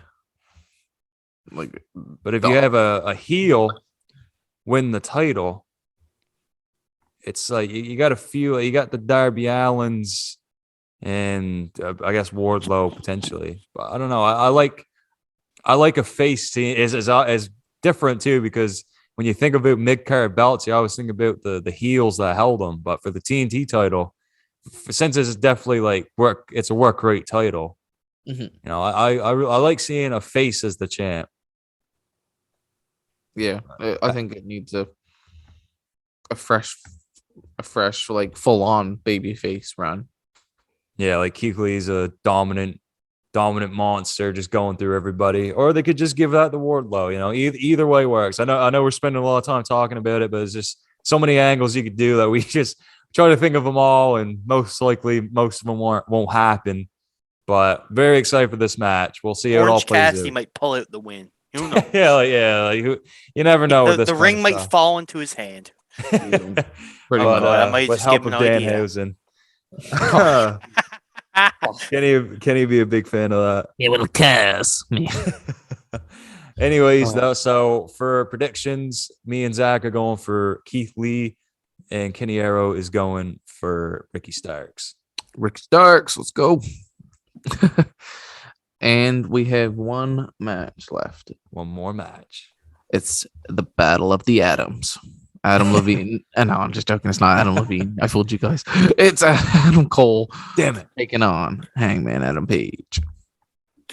Hangman Adam Page. I just think it'd be way too soon to take the belt off him. I think there's a lot more possibilities with Page as the champion, and Adam Cole will reach that point eventually, but he's gonna be going off into this feud with the Elite. So he's gonna have stuff to do if he loses. I know it's a pretty generic, boring way to like end the predictions, but yeah, it's Adam Page is winning. Yeah, Adam Page. He shouldn't win easily. Hangman's, and then we're gonna have, I don't know, I might be just talking out my ass. Hangman versus CM Punk at Double or Nothing. Yeah, and that's the match I would do. How far away do you think is Hangman and Omega 2? Maybe All Out, maybe Full Gear again. I don't know. Yeah, if they would go back to that. I don't know if they would go back to that. See, when they do Hangman and Punk, I could see Punk winning the belt at that point. That'll be the end of Hangman's run. Yeah. Punk will have his final world title, Mm-hmm. and then drop it to whoever. But that's like far away. Hangman versus Omega 2, you say? Mm-hmm. Yeah. Well, that was the Full Gear match, actually, because they had one like 2 years ago. So Hangman Omega 3, right. Hangman Omega 3. I don't know, maybe this year's tournament to crown a number contender at Full Gear. Yeah, and they do that, like going into That could be the. I don't know. Geez. See, here's. Oh, they're sorry. both gonna be there for. There's still got a lot of years left in the tank. So hell yeah. Yeah, there's plenty of years between those guys. Oh, it's 1 a.m. Kenny. Don't make me think any more than I have. My mind's more leaning towards Double or Nothing. CM Punk versus Bryan Danielson as a heel. No, not Punk as a heel. Bryan Danielson. See, I see Hangman defending again. I can't think. MJ. Oh, no, shit. You know what? All Out's in Chicago, ain't it? That can be the time Punk wins the belt. I would see that more likely as a title match. Because I feel like, and here's the tricky thing, like MJF, like I think eventually he should be getting into that world title contention. Like I think he does need to have a match against Hangman, and I think that is what will be up next, in my personal opinion. There's a lot of people in that main event spot, so you could really have a reason for anybody. But I think for Double or Nothing, since it's the biggest show of AEW's like library, I think it's got to be Hangman versus MJF. Yeah, I don't think a loss to Punk would really make a huge difference. And Double or Nothing has never had the world title change hands yet. Yeah, they got to do all the other pay-per-views have. And MJF is the guy that got to probably, in my opinion, keep the most happy because he's the most WWE guy that could slip across and cost them the most money. Potentially, yeah. That's in my opinion, that he could slip across and cost them. He's the one of the pillars that they need to keep the most happy. You don't know who will sign between now and Double or Nothing. Yeah, I know. Could be Cesaro. You could make a case for literally anybody who's like kind of in that higher Alexander Wolf echelon. Well, maybe not anybody, but higher echelon of wrestling today. There's a lot of options. There's a lot of opportunities. Killian Dane. Oh my god! Because we could sit here in fantasy book. Oh shit! Okay, Red Dragon or the Young Bucks win the tag team titles. Oh no! Here comes the Hardy Boys. Yeah, it's just like so yeah, there you go. Add to my Jurassic Express prediction. They can fight the Hardy Boys.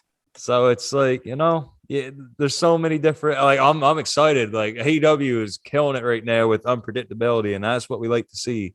Because I feel Yeah, like it's for like- Mania, it's just You can predict the WrestleMania main event a year from now. We know it's gonna be Roman versus Rock. We The know, Duke of the Rock. we know friggin' we knew Brock Lesnar was gonna win the Royal Rumble since Yeah. I could As soon as he come out 30, I was just like, yeah, I'm going to bed. yeah, it was a foregone conclusion, I guess you'd say. But It's yeah, just- so finishing it off. So we're all going Hangman Adam Page. Yeah, I'd say. to retain. And the way Tony Khan talks about Adam Page, you can tell he's just still very aroused by the idea of him Oh. being champ. What a word. yeah, you suppose MJF will be the one to take the belt off Hangman? See, So according to if Tony Khan's Willie But you goes think- down by then. But I figure they'll give CM Punk the win at All Out. You know, I don't think they're gonna do Punk and MJF again already. yeah, that'd be the It weird. makes so much sense for CM Punk to win the belt like now rather than in a year's time, because in a year's time he'll be another year older. He'll be a little bit slower. He might not have the. Yeah, You know what Punk's anymore. prime years Plus- are falling away. Plus, Punk's face run has to come to an end soon. He could turn heel to take it from He's Hangman not. He's Page. definitely not ending his career on. If it's up to his terms, he's gonna be a heel once again at some But, point. You know, CM Punk's whole thing can't be I'm from Chicago either. We can't think about he's gonna win the belt just because it's in All Out. You know, Yeah, I don't And- know. yeah. But you bring up an interesting take about. Yeah, they can't. If it does end up MJF is world champion, and Punk, it's Chicago. He's ready. He's ready to go. I mean, yeah, it'd be. You could see it as overkill that they do the match again, but I still think it would. I think it would sell. So it would make sense. And I know AEW isn't really up for like too many repetitive main events. I don't know how you would describe it, but. I think yeah. if MJF wins the belt, I think he'd get the most heat if he took it off like Bryan Danielson. Yeah, it's A got to face be Bryan yeah. Danielson over a face Hangman Page.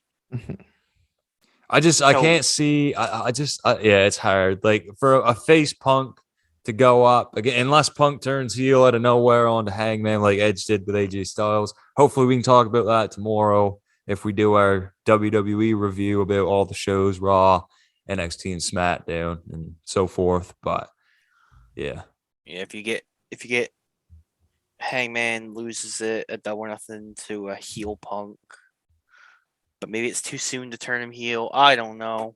so many different angles, There's guys. so But all we much. can Time say will tell. is we are very might- excited for Revolution. Gunther might get released here soon. It might debut it all out and win the belt on the Gunther first night. Tinker, all elite. Who knows? You know. So yeah, It's like anyone, nobody's job safe over in the E, no. so anybody can show up and win. We might see friggin' well, Crawley. Who would have thought this time last year that by the time the August pay per view rolled around, we would have had Punk, Bryan, and Cole. Nobody. Yeah. Yeah, So, like, you we can't might predict have- stuff like that. We might have in August. We might have on the market friggin' Well, who's bigger? Cesaro and Big E. Gargano are going to be signing soon. Cesaro, he ain't gonna be the world champion. Man, that man needs a mouthpiece. He needs to be a heel, and then all your problems are solved. Yeah. But you guys have heard all our opinions. We want to know What's yours in the comments below. So That's right. give us all your predictions. Like who you if you disagree with anything that we say, let us know. We want to have an engaging audience here where we can go back and forth about different opinions, in a respectable way, of course. Yeah, But- don't try to Don't- tear down my self-esteem. Don't bully me. 27 Don't bully years me of because the you show. don't like my opinion. But no, this is just a few humble man's opinion. We want to know yours. Let us know in the comments. And if you like what you heard, don't forget to subscribe and like the video. We're on the road to 50 subscribers on YouTube. If you're listening on Apple Podcasts or Spotify, follow us on there too. Follow us on Twitter at Do the Damn Dive, Instagram and TikTok at Do the Damn Dive. Hopefully, we can get some skits rolling out soon for a project that we're doing, I guess. Keep your eyes peeled. Keep your eyes peeled. So, guys, that was everything AEW. Hope you guys liked it. For now, I've been the Bucker Man of Do the Damn Dive, Jut Nick. I have been the bearded sparrow, Kenny Arrow. And I just really want to pop Kenny with this one. So I've been the premier athlete, Broken Zach. Ooh, that premiere. Oh, I want to see those abdomens. Yeah, I'll send you a picture in about 2 seconds, bud. Well, anyways, guys, thanks for listening, and we'll catch you on the next one. Peace out. Bye.